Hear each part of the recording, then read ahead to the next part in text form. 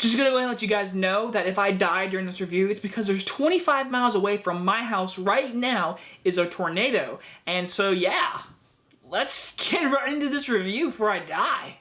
Inception. Written and directed by Christopher Nolan, came out in July of 2010. This is a movie I went and saw in theaters because in this time period, this is when I really started to get into more directors, film. I started to more study it, I guess. This was the movie that everyone talked about that summer, and I was like, I have to see it. It's the guy who did The Dark Knight, so I gotta go see it. So this movie stars Leonardo DiCaprio, who is basically a guy that made this thing called Inception. You can enter into someone's dream and take that memory or fragment, steal it from them, put it into another person's dream, take fragments of other people's dream and put it into another person's dream, and their job basically is to get into this guy's dreams and steal a certain thing so they can get certain answers, which I don't want to get into major spoilers. I know what you're thinking, everyone's seen Inception. Actually not. A lot of people haven't seen this movie because people forget about this movie. And I got a little dressed up today because, you know, in this movie a lot of people wear suits, whatever, and this is one of my favorite movies of all time. So I said I have to get dressed up for this review. Inception is truly, if I really had to think about it, this has to be my favorite Christopher Nolan film. And I know everyone's saying, Dark Knight, it's Dark Knight, Dark Knight, Dark Knight. Yeah, but I don't know.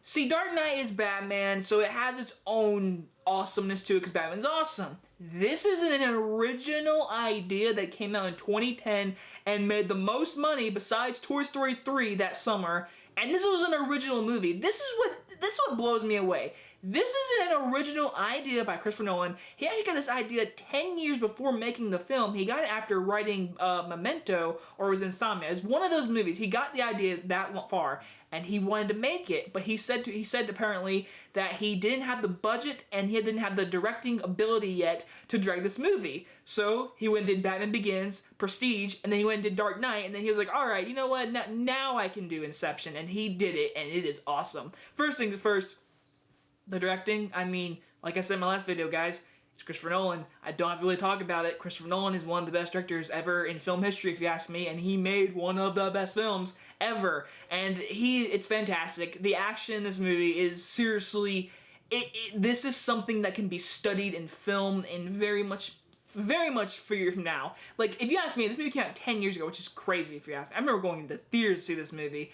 I remember this movie when I saw it. I remember when I left that theater, I was like, I was confused at the time, I can't lie. I had to get explained the whole ending and what that meant and everything. So growing up watching this movie over and over again, I just continue to love this movie. And Leonardo DiCaprio has always been one of my favorites actors, so really watching him in this movie, I'm like, it's Leo and Christopher Nolan, sign me up. I'm already loving this movie because he is so good in this movie. He's so underrated too. People do not give him so much credit for this movie. A lot of people talk about his other movies, Blood Diamond with Wall Street, Django, all that kind of stuff. He's great in all those movies.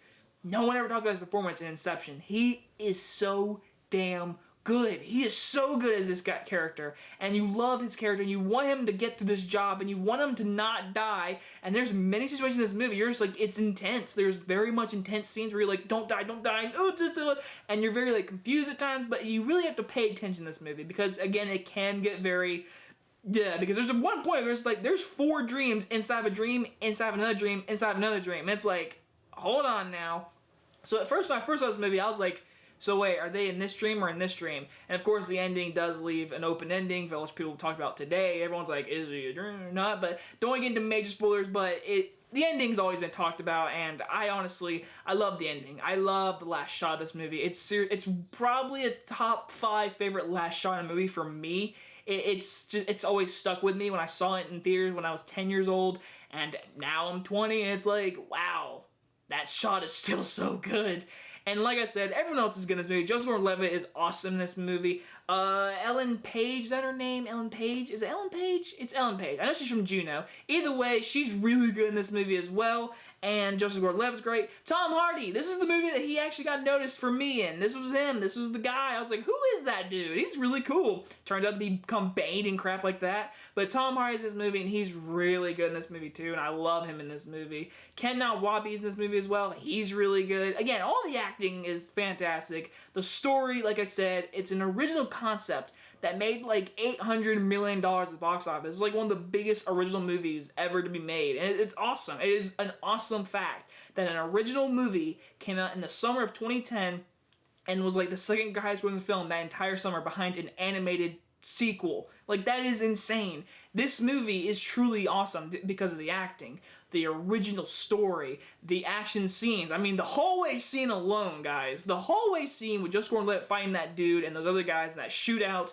If you ever seen the behind the scenes of them making it, I can imagine how hard that was with the camera angles they have to get through. But man, sometimes you think CGI is being used, and then when you do think it is, it's not CGI. Like that hallway scene, there's barely CGI in that thing. Probably the only CGI in that scene is probably the gun effect or the gunfire. I don't know. Besides that, I mean, everything else is pretty much realistic. The walls turning, him flopping around.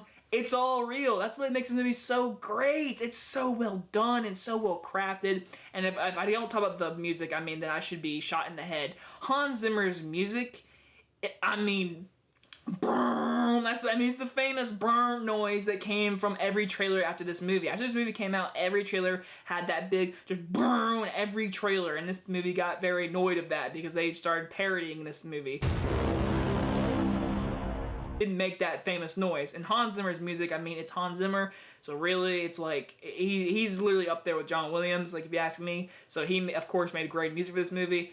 This movie, it's one of those movies, when it's on, I can sit down and watch it. I love the story. I love the acting. Christopher Nolan, if you ask me, this might be my favorite movie as his. There are days when I'm like, this is my favorite Inception. I mean, Inception is my favorite Christopher Nolan movie, but of course you can't forget about Dark Knight and another movie and stuff like that. But this today, right in this moment, watching this movie, I was like, this is just a really good movie, guys. I'm going to give Inception, of course, an A+. If you have never seen Inception, get to it right now. It's one of those movies where, if you ask me, it's like a must-see. Like, Inception is a must-see in film history. For action fans, for story fans, acting, all of the categories you want to think of, screenplay, special effects. I mean, this movie was nominated for every Oscar except for Best Director. I'll never forget that year. This movie got nominated for Best Picture and all of it, but not Best Director. Why not?